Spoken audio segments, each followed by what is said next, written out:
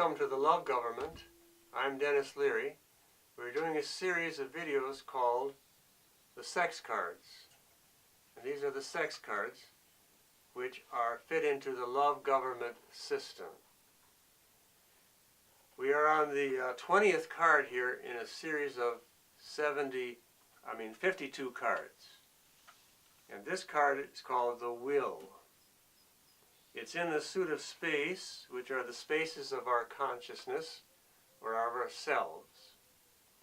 And this is the six of space. It's the sixth card out of 7 spaces in the way we look at things. The body is the first, the emotions the second, fantasy, dream, the mind. And now we come to a very important faculty that we have, and that is the power of choice. We have a will.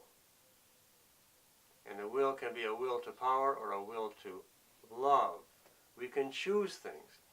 It's a voluntary system. I can choose to raise my hand or lower it, go right or left. I can direct my mind.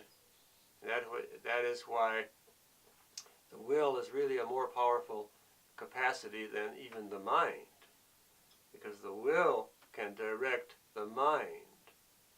And in the love government, that's exactly what we do.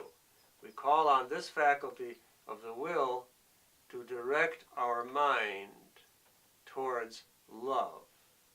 We choose to have love as our focus. And we call love personified the lover. That's why all of these cards start with the lover. That's a choice we make in life. And we can make choices like that all the time. But we in the love government, always line up with love. And then in the whole program of love, we spell out what love means theoretically and then practically. And we'll get to more of the practical stuff as we get deeper into it.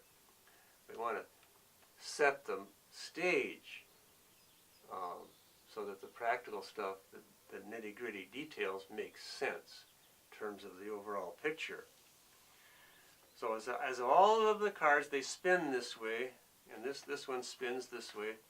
It has a back and a front, has a positive and a negative. And this actually is the negative up here. This is the positive. So on the positive side, we say would, will. And the negative side is should, will. Would, will is a play on words where traditionally having good would meant for a man to have a good erection. To be able to sustain an erection for a reasonable amount of time. So then you say is a good woodman or a woodman, he has good wood. And you can say the same thing about a woman too, but it's not so obvious because the clitoris also arouses and erects good, like the penis. And phenomenologically, just look at the phenomenon and stuff. The clitoris is the basis for the penis. The penis it develops out of the clitoris. And so in the literature you also find, in Shakespeare for example, a lot of references to the will as the genitals of a man or a woman. Much of that will appear in Shakespeare. The will, because the genitals are so significant in making choices. When we're young especially, the hormones drive us to do things. It drives us into love. And we fall in love and we want to have sex. And the love government is trying to put sexuality in a safe, healthy context so that it becomes truly the pleasure of life and life-sustaining.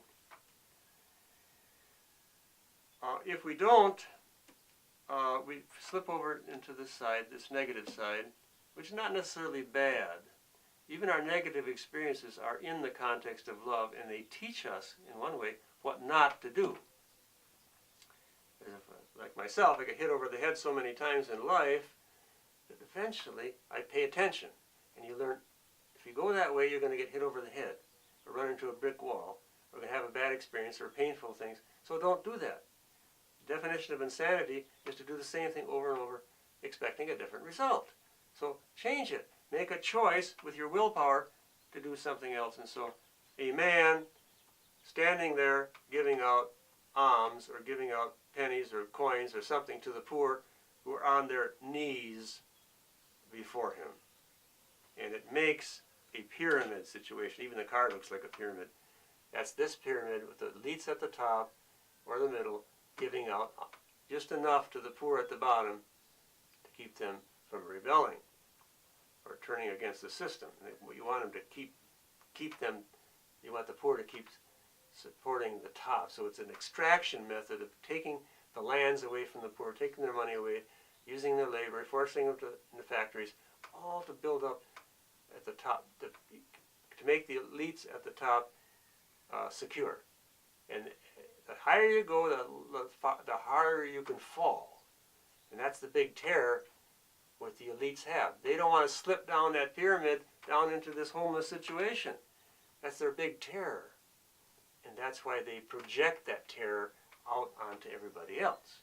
They've got the terror inside of themselves because they're sitting in a very unstable position at the top of a pyramid where they can slip down. So they project a war of terror out on the whole society, and then they call it a war on terror. It's just a lie. It's a flip-flop, stupid lie that practically everybody buys it. That's the big trick. That's the big trick. So we're not going that way.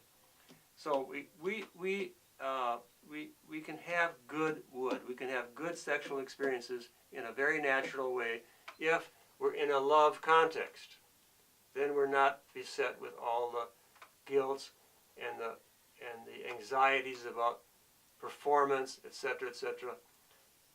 And we don't have to resort to pills. So a symptom of something being wrong in our society is all the drugs we take, and one of them being drugs to help sexual dysfunction on the part of man.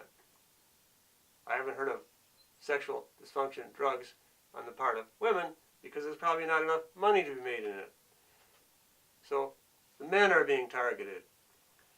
And so what does that do?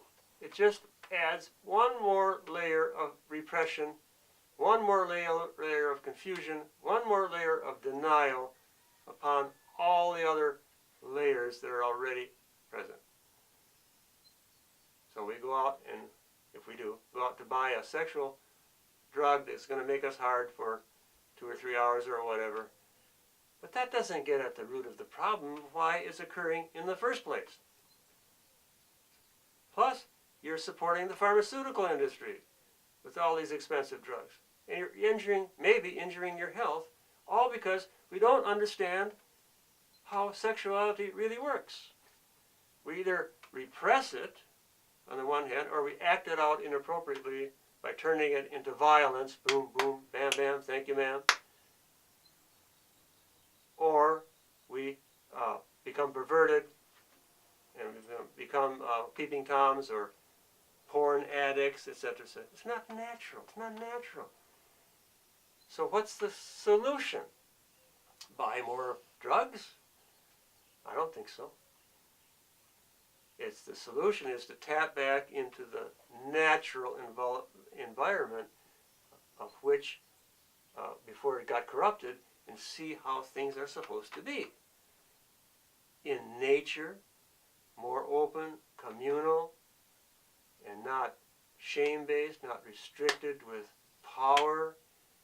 And as we'll get into a little later, the love government has 5 main principles. It's called a handbook, a manual, or a shorthand method of identifying and summarizing and encapsulating the basic information. And all of it is sexual, because the hand is sexual. And we will get into that more in detail. But one of the things that is used is a state-sanctioned marriage system.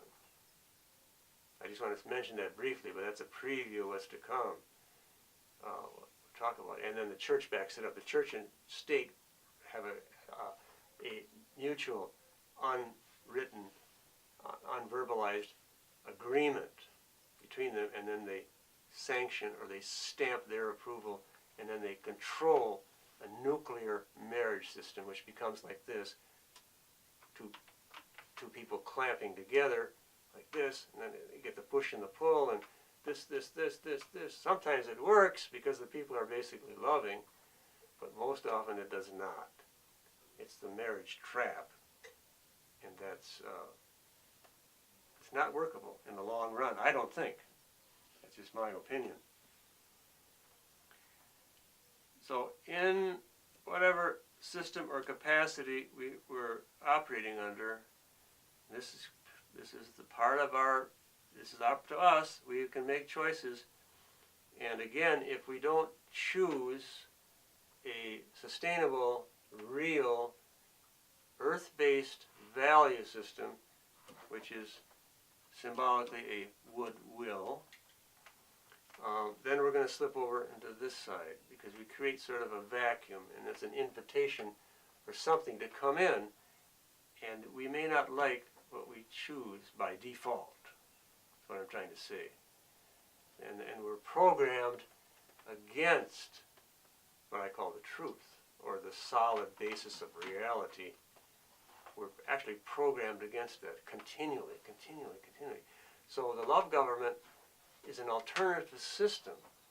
It's not the only system, but it's a system that can be used to counteract the cultural programming that's going on all the time in the media, in education, in religion, in politics. It's all one big system that is represented by this type of model. So the love government is attempting to contribute to that overall vision that's gradually coalescing out of necessity. Lots of people are beginning to develop an alternative way of interpreting reality. And a lot of the problems are being analyzed pretty well, I think, but the solutions, the long-range solutions that really work, are not being accepted because they're so countercultural, they're so threatening to people in the system, which is all of us. We don't want to hear it, basically. And they say, oh, you're crazy, don't talk that way, don't talk that way. You know, don't use those words. As children, you don't do that, don't do that. Why? Because that's bad, it's evil, it's nasty, especially when it comes to sex, oh, bad, don't do that. But we do it anyway. We react against it, and we go to the other extreme. Thank you once again for being with us, joining us on this journey of love and of life. And all of us are important. The love government is one way to address the problems. We thank everybody, all the invisible lovers that are joining us. This is kind of a ritual, a ceremony, a space that we create here using modern technology, kind of a cyberspace, and we fill it with love. We take the cyberspace that's given to us and we imbue it with love. And you can do it very easily. Just gather the love, give it to yourself, and then give it out to everybody else in the world at large. So that's what we do. We give, and we give, and we give.